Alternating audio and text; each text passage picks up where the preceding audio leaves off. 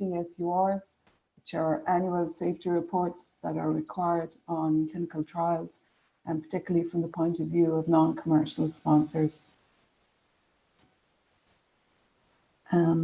So the main topics I'm going to cover, give an introduction, look at the definitions that I'll use throughout the presentation, look at regulations and guidances in more detail, review the timelines and reporting requirements, and then go in detail to the contents of the DSUR and submission to the National Irish Competent Authority, the HPRA, what's required there, have a look at some future changes, and then summarise. Okay, so as an introduction, what is a Development Safety Update Report? It's a common standard report for periodic reporting on drugs under development. This can also include marketed drugs that are where there are further study, further clinical trials. And this applies to the ICH regions, which is America, Europe, Japan, and Canada. In Europe, and in particular in the EU, the DSUR, when it's submitted annually, it meets national or regional requirements for annual safety reports. So this presentation today outlines the recommended content and format of a DSUR and highlights in particular points to be considered for non-commercial sponsors when preparing and submitting DSURs. So some information on the background here. The legal requirement in Ireland for interventional clinical trials is the Clinical Trial Directive, which was published in 2001, and that still applies to these type of trials. So in that directive, it states that once a year throughout the clinical trial, the sponsor shall provide member states in whose territory the clinical trial is being conducted and the Ethics Committee with a listing of all suspected serious adverse reactions which have occurred over this period and a report of the subject's safety. As you're probably aware, the Clinical Trial Directive became law in 2004. So since 2004, an annual safety report is a requirement in the EU. There have been further developments since then, and since September 2011, the format for writing the report is the DSUR format. So the purpose of a DSUR is to present a thoughtful, comprehensive annual review of pertinent safety information collected during the annual period related to a drug under investigation. So all safety issues in the period should be discussed. However, it's not the first notification of significant safety information, or it's not the way in which new safety issues are detected. So this information is taken from the HPRA guide to clinical trial applications. So obviously, in addition to writing annual safety report, a sponsor will have other pharmacovigilance system for reviewing and serious adverse events and reporting any of those that require reporting the DSUR format. So looking at, there's a lot of acronyms and abbreviations used here, and these are ones I'm using throughout this presentation. In particular, I've mentioned DSURs, HPRA, ICH, the International Conference on Harmonisation. I'll explain further what RSI, Reference Safety Information, is, and SNPC, Summary of Product Characteristics, and also CESP, which is a means of reporting DSURs. So looking in a bit more detail at the regulations and guidances, as I said previously, the Clinical Trial Directive applies here, and linked to the Clinical Trial Directive is a guidance document known as CT3. The most recent version comes from 2011.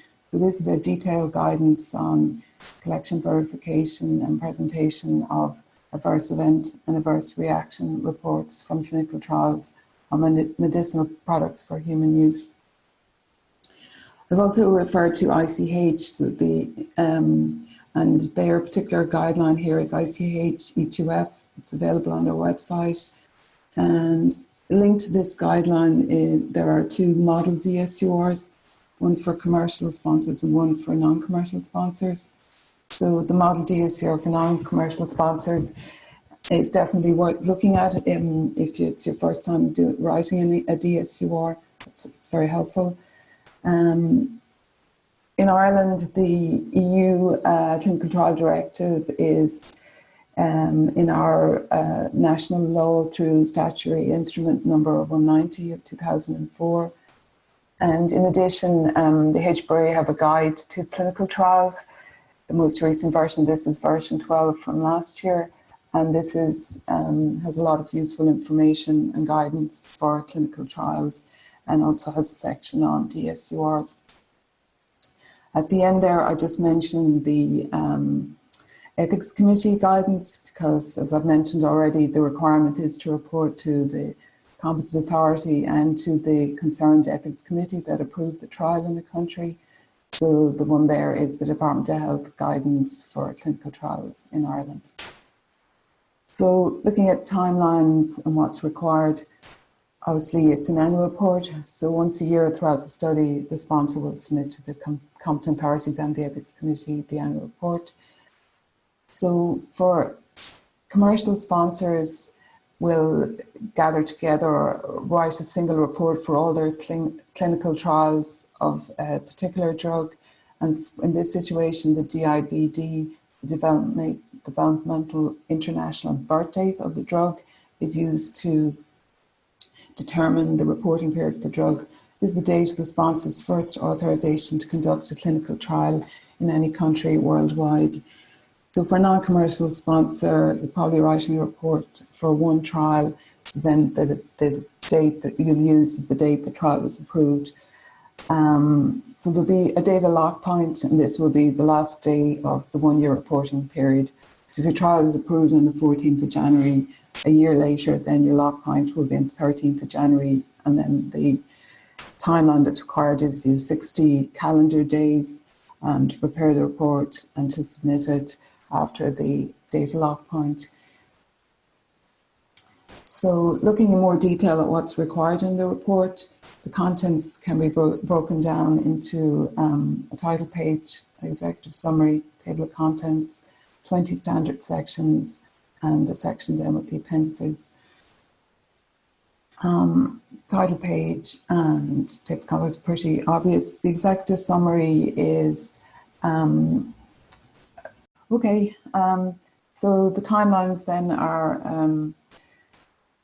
obviously it's an annual report, so once a year throughout the study, there's a requirement to submit to the competent authority and the Ethics Committee the report.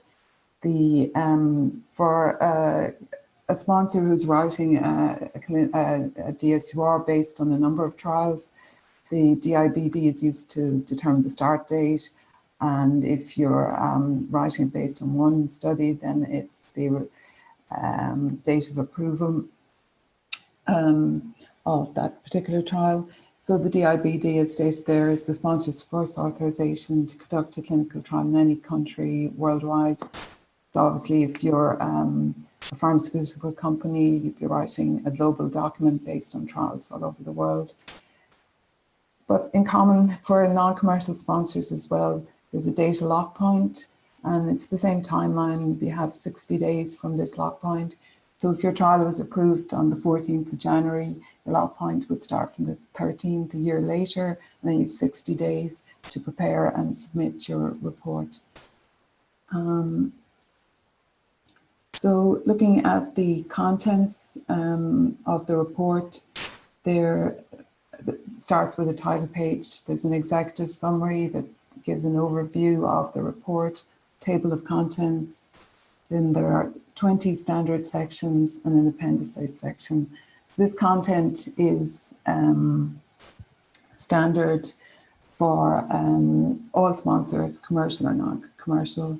So looking at the executive summary, the definition here from ICH-E2F is what's required here. So it's like it can be a standalone document, should be concise. So taken with the title page, you can give an overview of the trial. and it's usually only about a page long. Particular points that should be covered in the executive summary: a brief introduction describing the report and the period of the report, what drugs are being described, and the summary, how many subjects would have been exposed to the drug. Then there should be a summary of overall safety assessment, which is based on information on section 18, which will be later on in the report. And then the important risks that the patients would have been exposed to, that's based on section 19. Any actions taken for safety reasons and conclusions. So of these 20 standard sections, I'm not going to go through each one, but I'm just going to highlight some of the important ones and the ones that are important for all sponsors, including non-commercial sponsors. So section 1 is introduction. And here it will be stated the DIBD, the reporting period, information on the drugs, including dose and route, brief description of the populations being studied and for what indication, and scope of the trial. The next section I'll look at is section 3, which is action taken in the reporting period for safety reasons. So this should include any significant actions taken for safety reasons, can be by the sponsor or regulators, DMCs, ethics committees. There's some examples here, like protocol modifications for safety reasons, restrictions in the study population or indications, change to informed consent because of safety reasons, and a notification to investigators. There may not be any action taken for safety reasons, and that's fine, you just state that then. Section 4 then is changes to reference safety information. So the reference safety information is a list of expected serious adverse reactions that are used to determine expectedness of the drugs, the IMP and the trial. And the document that can be used for reference safety information is either an investigator's brochure or a summary of product characteristic document. This is a document that is associated with marketed drugs. So there should be a particular section of the IDB for the reference safety information, or for a summary of product characteristics. The reference safety information will be found in section 4.8. As stated in the requirement for a DSUR is that the RSI should be included in the appendix. So the RSI that is in use at the start of the DSUR period is the RSI that's used for writing the report. If an updated version is approved during the year period, then this should also be included in the appendix. And significant changes in the RSI, there's new additional expected events, and these should be listed in the DSUR. So moving on now to section 6, estimated cumulative exposure. So this section should have a table on number of subjects exposed to drugs. If you're writing a report based on a single trial, this would just give an overview of the trial and include information on the age, sex of the patients, if this is available.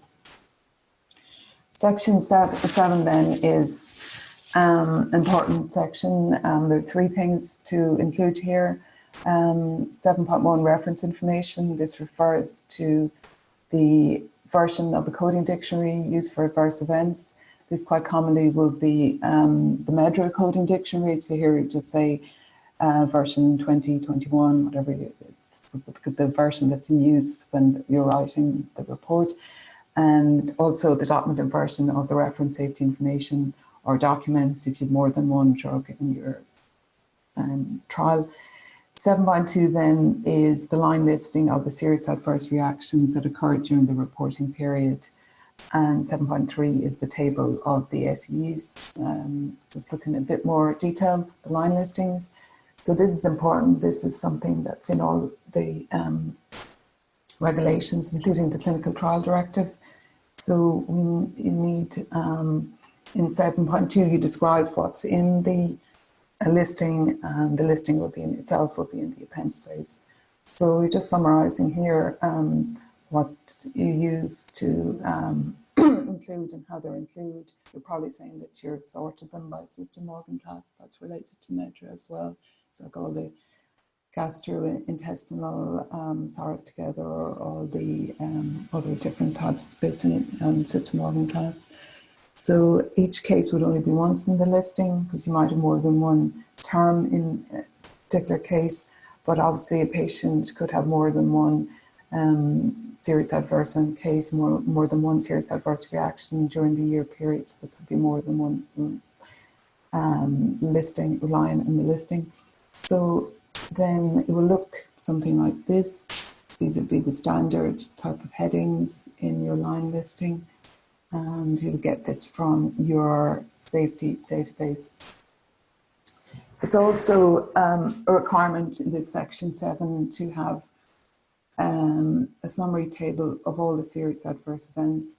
So this is all the serious adverse events since the start of the trial, or since the DIBD, if you're writing about a number of trials.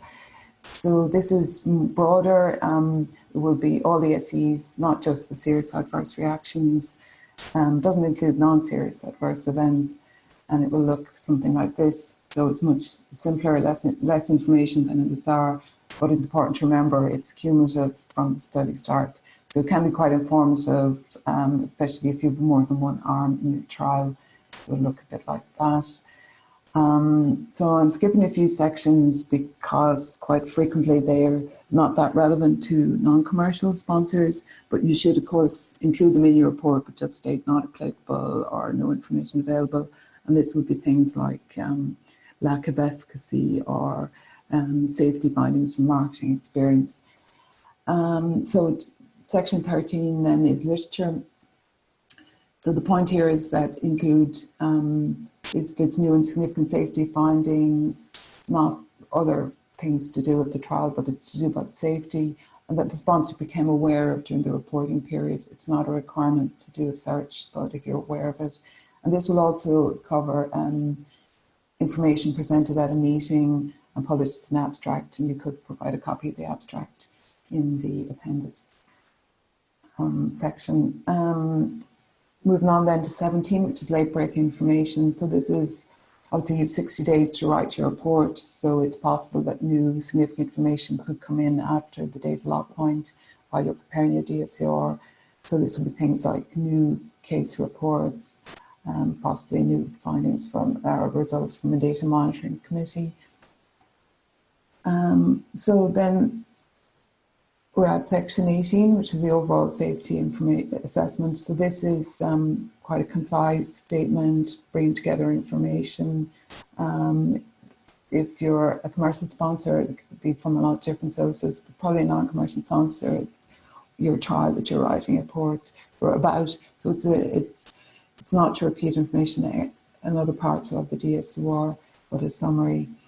So then this is broken down further then into 18.1, which is evaluation of the risks. So here it says you're looking at new safety issues, meaningful changes. So you would definitely be looking at your line listing of serious adverse reactions and comparing, if you had a previous DSUR, what was in that, and basing your description, your evaluation here on that or on other safety information you have. So then, okay, section 18.2, benefit risk considerations. This is quite an important part of the report and something HPRA will always look at. So this is a statement on the balance between the risks and the benefits for the subjects being in your trial. So, so it should be that there haven't been any changes in the balance, this risk benefit balance since the last DSUR, most probably the same that. And it should also get medically reviewed. Section 19 then is the risks, sort of following on from the benefit risk statement, but here in this section you state the risks. So this is quite probably more clear-cut, easier to do. This will be probably found in the protocol or the IDB or the summary of product characteristics. So you can write in narrative or put it into a table. Section 20 then is the conclusions, which just state briefly any changes from previous knowledge of efficacy and patient from information since the last DSUR. And if as well if there's any safety issue and how that would be addressed. So a little bit on the appendices, what would expect to see here. As we said earlier, the reference safety information, be that the IDB or the summary product characteristics, should be included. You have your tabulation of the patients in the trial, including demographic data.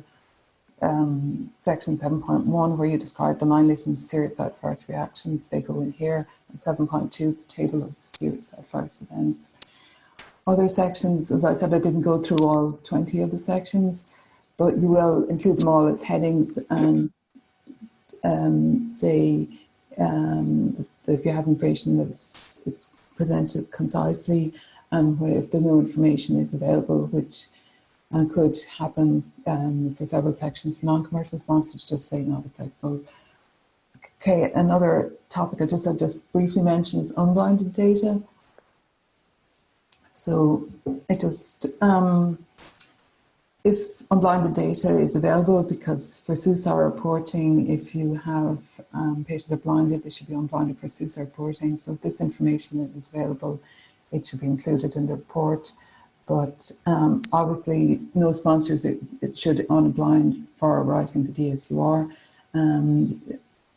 As everything to do with unblinding should be handled very careful, have a warning on the title page, and control who has access to this data and consider bias. So everything we do in clinical trials, we're aiming for high quality standards, and it's fitting in with existing quality systems in sponsor organizations. So it's important to have your DSR process in a standard operating procedure. I would definitely recommend having a QC step. It's pretty important to check that all the SEs are included in the summary table, and all the annual serious adverse reactions are in the line listing, and all the 20 standard sections are included. It's good to have medical review. It's not stated in any guidance but it's definitely it's a good thing. Timelines, the DSR should be submitted no later than 60 calendar days after the DSR data lock point. And this is something the HPA will check, and it could come up in an audit or inspection. So, and obviously keep a record of your submissions, acknowledgements, or questions from the competent authority. So in Ireland, our competent authority, the HPRA, so if you are submitting to them, there's more than one way of doing this. There's Common European Submission Portal. This is used by all the competent authorities in Europe. The HPRA will also accept DSURs by email or post or courier.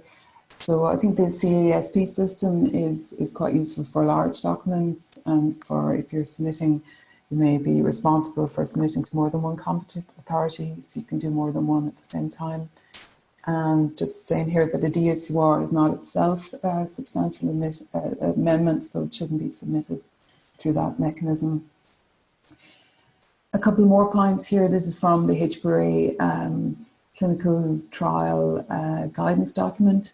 So a DSUR is required to be submitted annually with the following exceptions. This trial hasn't started recruitment in Ireland, or the trials are in follow-up. That is the, excuse me, subjects are finished treatment, no longer receiving IMPs, but the, so that's point B there, and also trials that have ended in Ireland. So they say for A and B that you should notify them, and that there's another email there that's different to the previous one for the submitting the report. So just thought I'd do a slide on the future. So as probably everybody is aware, the clinical trial regulation that was published in 2014 will replace the clinical trial directive probably in 2020. But here again, it does also state that the sponsor will submit annually report on safety using clinical trial for the sponsor. And according to the EC website, ICH E2F will still be the guidance document for the clinical trial regulation. So to summarise what I've covered, the annual safety report in the DSUR format is required for all clinical trials that fall under the Clinical Trial Directive of 2001. It applies to non-commercial as well as commercial sponsors. There is detailed guidance in the ICH E2F document. There's a standard format that's required for all sponsors. A line listing of all the serious adverse reactions in the annual period, and a cumulative table of SEEs since the trial started with the IBB is required, and the benefit risk statement is very important. And I think that's my last slide. Yeah. Great. Thanks very much, Mary. That was really interesting and useful, and I apologise again about the difficulties we had there in the middle of the presentation. I just want to remind everyone that's watching as well, if they have any questions, just to type them either into the chat box or into the Q&A box there at the bottom of your screen, just so we can put those questions to Mary. So Mary, I have a question myself to ask. You were talking about the 60 days for submission of the DSUR. I'm just wondering, how long does it actually take to prepare the DSUR?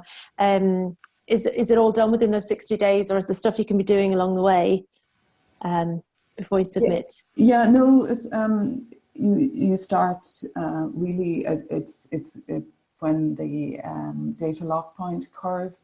You can't really do it in advance because it depends on what's occurred in the period. But 60 days should be sufficient time to prepare the report. But I think it is important to start at that point, because you may have to get information from clinical colleagues, and it may take, if you have a lot of data, if the listing is quite long, it may take quite a while to prepare it. But that period should be sufficient. 60 days, that's great. And then another question, just when you have your DSUR prepared, and who do you have to submit it to? Some investigators, or does it have to report it to investigators? No, Vivian, actually it's just the competent authority and the concerned ethics committee, the ethics committee that approved the trial in your country. So unlike DSURs have to report to investigators, but there isn't a requirement to report the DSUR to investigators. Okay, very good. That's great. And I'm just having a look, there's no questions come in yet from the web, but I'll also to remind everyone, we will put all the full content of this up on our website as well, so you'll be able to see the webinar again, just in case between all the interruptions you didn't get to see the whole the full presentation. So if there's no more questions coming in, then all there is to say is thank you so much, Mary, for putting together that presentation and for coming back and joining us again with it. So I know there's a huge amount of time and effort goes into doing it, so we really do appreciate everything you've done. And thanks to everyone that stayed with us and joined in the webinar. So I found it really, really helpful and informative, and started to sort of interest me a little bit more now as I go forward in I'm an early career researcher, but it's very interesting. So thank you very much. You're welcome. Thank you. And for everyone else, hopefully you'll join us for the next webinar next month, and check the website there, the HRB TMRM website, for the upcoming webinars. But thank you again, Mary. Thanks, Vivian. Bye-bye. Bye-bye.